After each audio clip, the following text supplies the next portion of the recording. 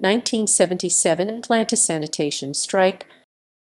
The Atlanta Sanitation Strike of 1977 was a labor strike involving sanitation workers in Atlanta, Georgia, United States. Precipitated by wildcat action in January, on March 28, the local chapter of the American Federation of State, County, and Municipal Employees AFSCME agreed to strike. The main goal of the strike was a 50-cent hourly wage increase. With support from many community groups, Atlanta Mayor Maynard Jackson resisted the strike, firing over 900 striking workers on April 1.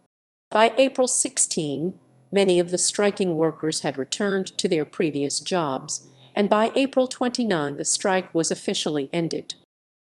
Background: during the late 1960s and early 1970s, several major cities in the United States, and in particular the southeastern United States, experienced strikes by sanitation workers, including the Memphis sanitation strike and the St. Petersburg sanitation strike, both in 1968.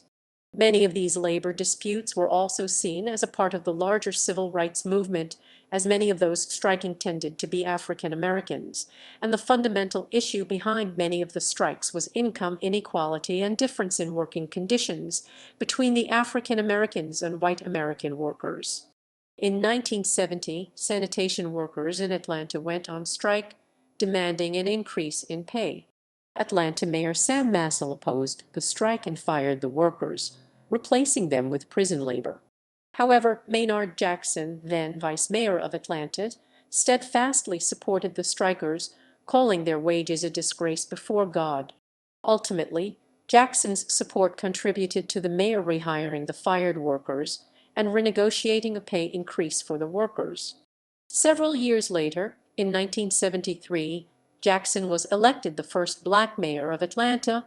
By the mid-1970s, sanitation workers in Atlanta had become more vocal about a pay increase. In July 1976, AFSCME Local 1644 had voted to go on strike, but this was called off after Jackson instituted a temporary $200 annual raise and promised to find additional funds for the workers. However, by 1977, the situation had worsened. In January, a wildcat walkout occurred. Workers cited an agreement that said they didn't have to work in temperatures below 25 degrees, but many of those who walked out were docked half their pay. Additionally, workers had been calling for a 50-cent hourly raise that would have increased their annual earnings about $1,000 to a yearly income of $7,000. Presented to the city on March 10, the demand for a raise was, according to Jackson, a package equating almost $10 million that the city could not afford. The AFSCME refuted this by pointing out how the city government had an $11.04 million contingency fund and had a $9.03 million surplus carried over from 1976. As an agreement could not be reached, a strike appeared imminent. On March 27, the AFSCME ran advertisements in the New York Times, the Wall Street Journal, and the Washington Star criticizing Jackson and accusing him of cronyism. The next day, members of AFSCME Local 1644 voted to go on strike.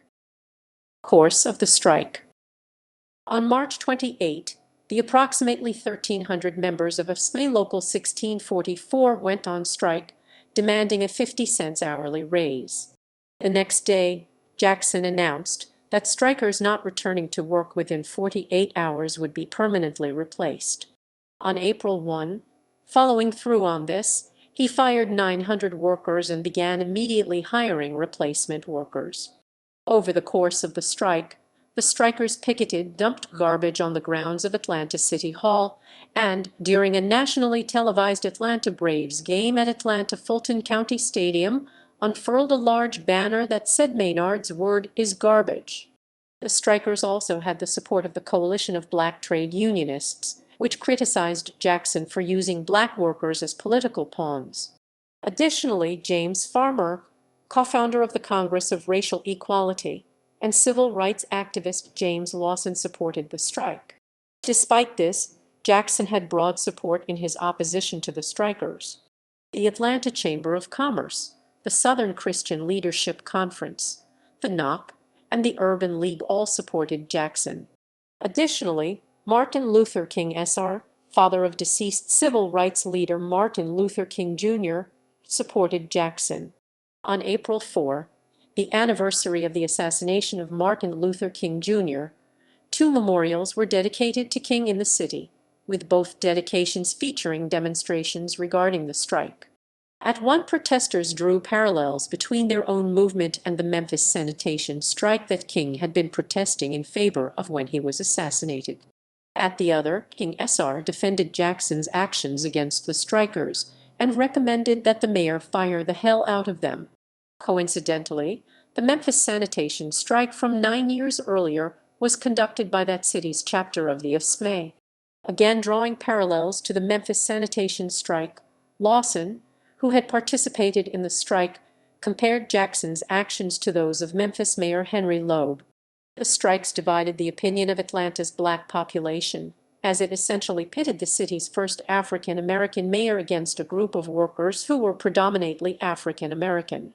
The Atlanta Daily World, Atlanta's major African-American newspaper, was sympathetic to Jackson in its editorials.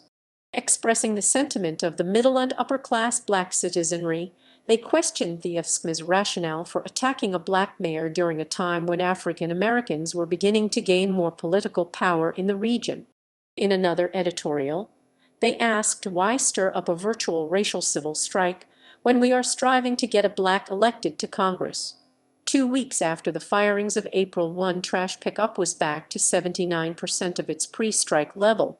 By April 16, 737 new employees had been hired to replace the strikers, and 459 of those who had been fired reapplied for their previous jobs at lower pay under the Comprehensive Employment and Training Act.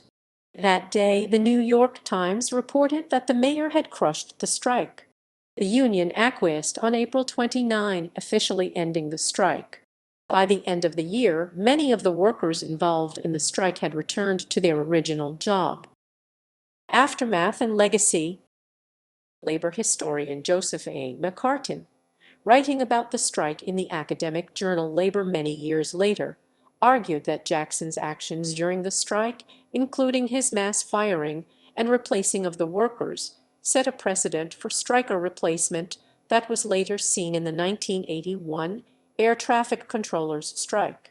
He argues that Jackson had made it permissible to use a tactic that AFSCME had once associated only with white Southern-type city officials.